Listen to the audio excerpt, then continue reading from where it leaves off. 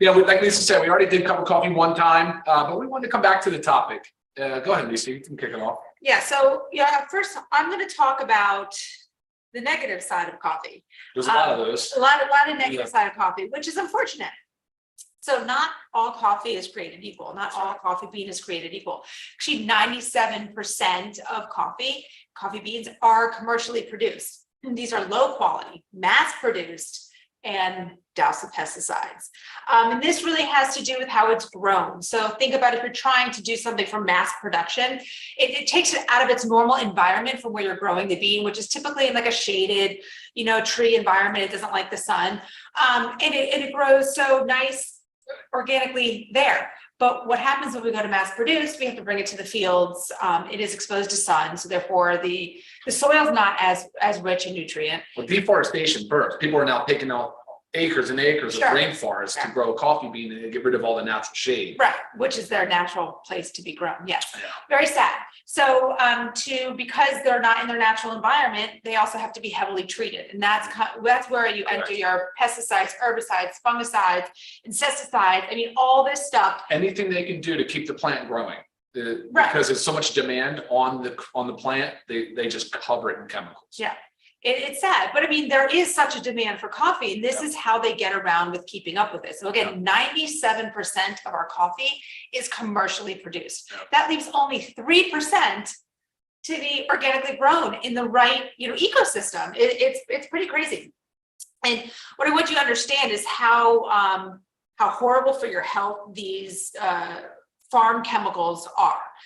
From everything from first of all, it depletes your body of nutrients. They can be cancer causing, they're gut disrupting, their brain, they interfere with your brain. I mean, this is something that also we typically consume every day, right? Some people, 1 to 2 cups a day. Right. So it's not something that like once in a blue moon you're having, and it's not an overabundance of toxins that your body can properly detox it. Right.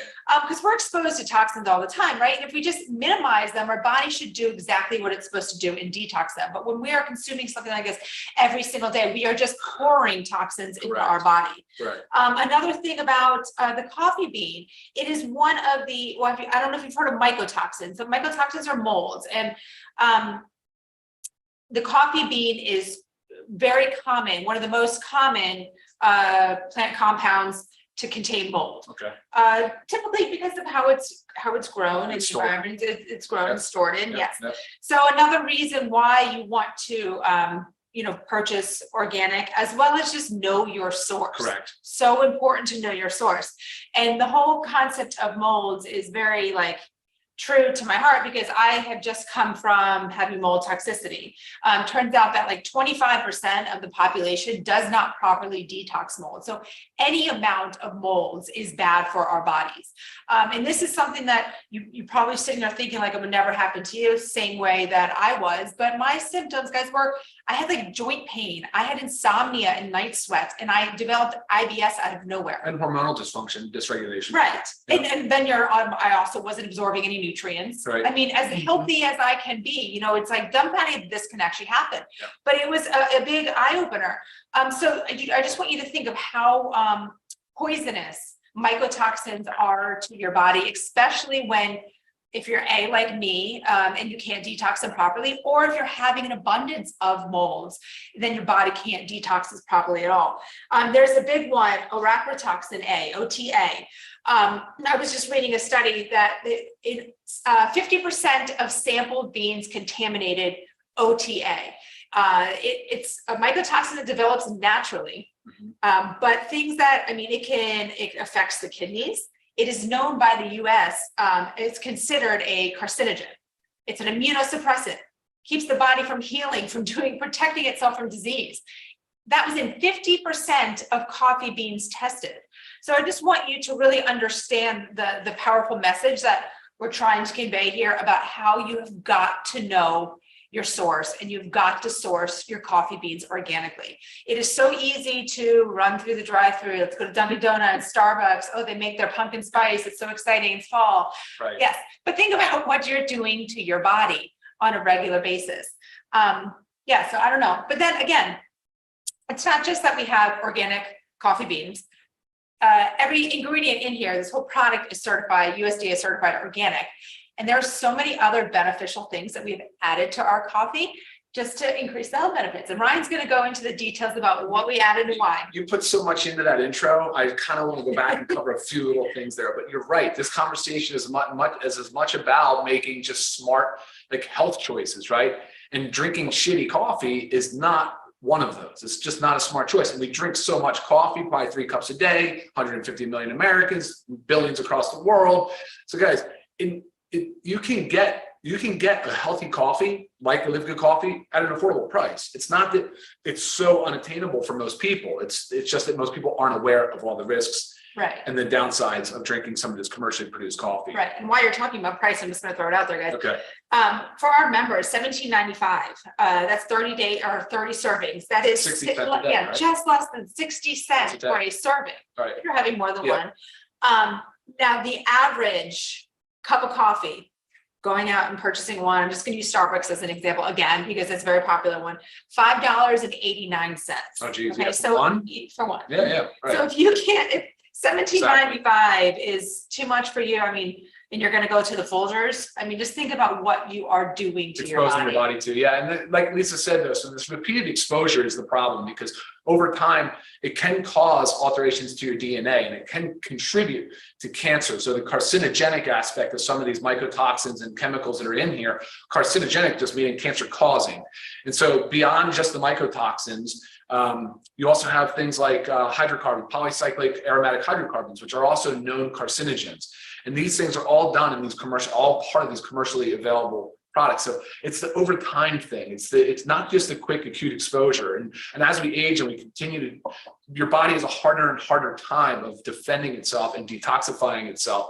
And ultimately it potentially can lead to some of this DNA damage that we're talking about. And like Lisa said too, on the immune response, it's affecting the T cells and the way that your immune response, and it causes a lot of dysregulation. So people are definitely not able to have the same strong immune system that they should have, because they're exposing their body to so many of these toxins. And that's a big problem. So making smarter decisions is really kind of unhealthy decisions is what this conversation is all about. So, Sure. All right, let's go talk about products. So we source a single bean Arabica coffee. It's USDA certified organic. It is from Mexico. It has a great, it's sustainable. It's ethically sourced. We know all of this. We know the source.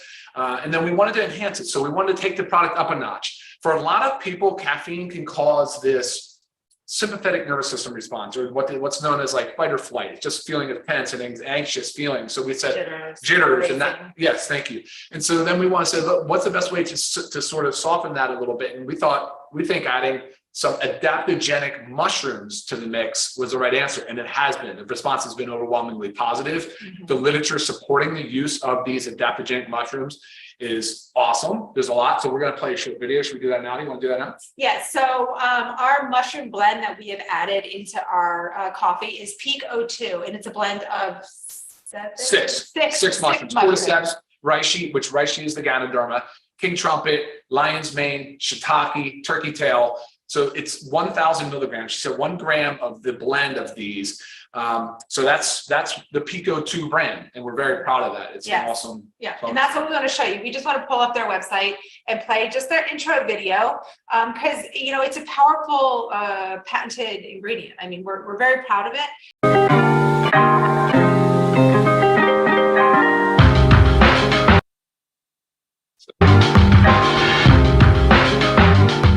My name is Sandra Carter. I'm the founder of M2 Ingredients here in Carlsbad, where we grow 11 species of mushrooms in a certified organic, GMP, very high quality facility here. So Pico 2. How did we get to Pico 2? So we were looking to develop a product that really enhanced endurance. We import organic gluten-free oats from Saskatchewan, Canada, and we grow mushrooms through their full life cycle. which can take anywhere from 5 weeks to more than 3 months, depending on the species of mushrooms. And we grow them in a totally contained environment, so we control the temperature, the airflow, and what's really important about that is so you get a consistent, reliable product with really good efficacy in it. And so at the end of the growing stage, we dehydrate the mushrooms at low temperatures to retain all the enzymes and vitamins and proteins, and then we mill it into a powder. And of course, it's tested by several third-party labs. We test everything for heavy metals, of course, for pesticides, for microbiologicals and pathogens as well. And so once everything is tested, then it's released by our quality team.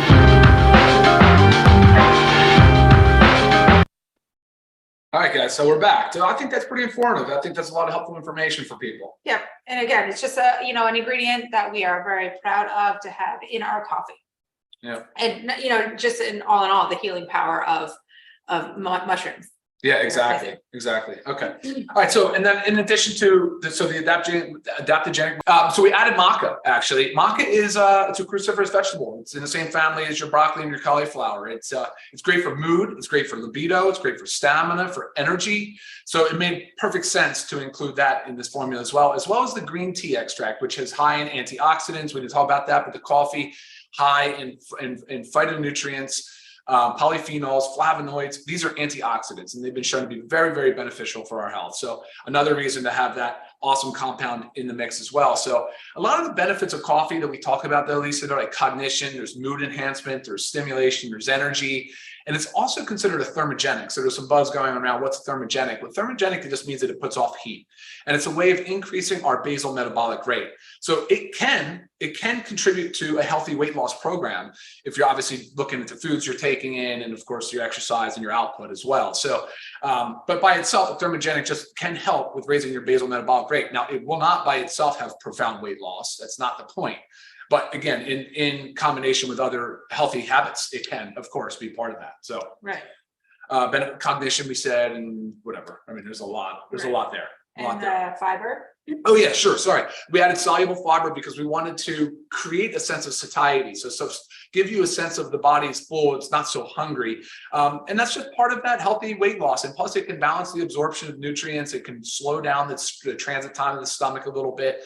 So it just has a nice, healthy, fulfilling. That's what satiety usually means. Fulfilling feeling to it. It obviously doesn't totally suppress appetite, but it does play a role in that. So again, going back to that healthy balance of, if you're looking for weight loss, this can be definitely a valuable tool. Right. And one of the greatest things about it is just the fact that it does help you feel full, and also with the mushrooms, combating that little bit of that jittery, especially if you're having it on an empty stomach. Yeah. When you drink this first thing in the morning, guys, now there's only 10 calories to it. There's no sugars or anything added. So it essentially does not break a fast. But you drink this and it really helps extend that morning period before, you need to eat. So I know a lot of us do intermittent fasting, and it really, really, really helps with that. Yeah, exactly. I get a lot of questions on how much caffeine. There's 100 milligrams of caffeine per serving. And then the flavor is a natural espresso flavor. Okay, so it's actually espresso. It's a real natural flavor. Right. For those that ask. Right. And to go along with the 100 milligrams of caffeine, I do get the common question is how many scoops can I have a day? Right. It's equivalent to a cup of coffee. So if you're a 2-cup drinker, have 2 scoops a day. We don't really advise. I mean, too much caffeine is not a good thing. And especially not past 10 a.m. or noon. Right. Latest. We don't want to interfere with our sleep. Right. And even if you're one of those, my parents are like this, I think they can have a cup of coffee at 5 o'clock in the afternoon to kind of finish out the day. Right. And then they fall asleep, that's fine. But their sleep, what's going on in their sleep cycles is not good. Right. So just because you can fall asleep doesn't mean the caffeine is not affecting you and your sleep. So we always recommend the earlier part of the day, maybe 1 to 3 cups max, or scoops max, just because of the caffeine content. Yeah. Other questions that were common. The fruiting bodies. Oh yeah. Did she not talk about that in the video there? It is grown from the Maybe. fruiting body of the mushroom. Yeah. So we do get that question often. Okay. Let's just see if any other ones are in here. Oh. That's weird. Sorry if we lost screen. Did that just happen? I don't know. Shouldn't. But anyway, we're at 16 minutes after. I think we're going to wrap it up. Lisa, do you have anything else you want to add? No, as long as there was no other. No Q&A. I'm not Okay, seeing awesome. any other questions. Yeah, sorry that we don't know why our screen is black. Maybe that just happened after we did the screen share, I hope, but you guys can hear us and you know what we look like, so I'll take it for what it is. But we appreciate you guys joining us. Any further questions, please email me, but just remember, like, we're coffee lovers. It's very crucial to know the source of our beans, have a reputable supplier, and we provide that for you here with our LiveGood organic coffee.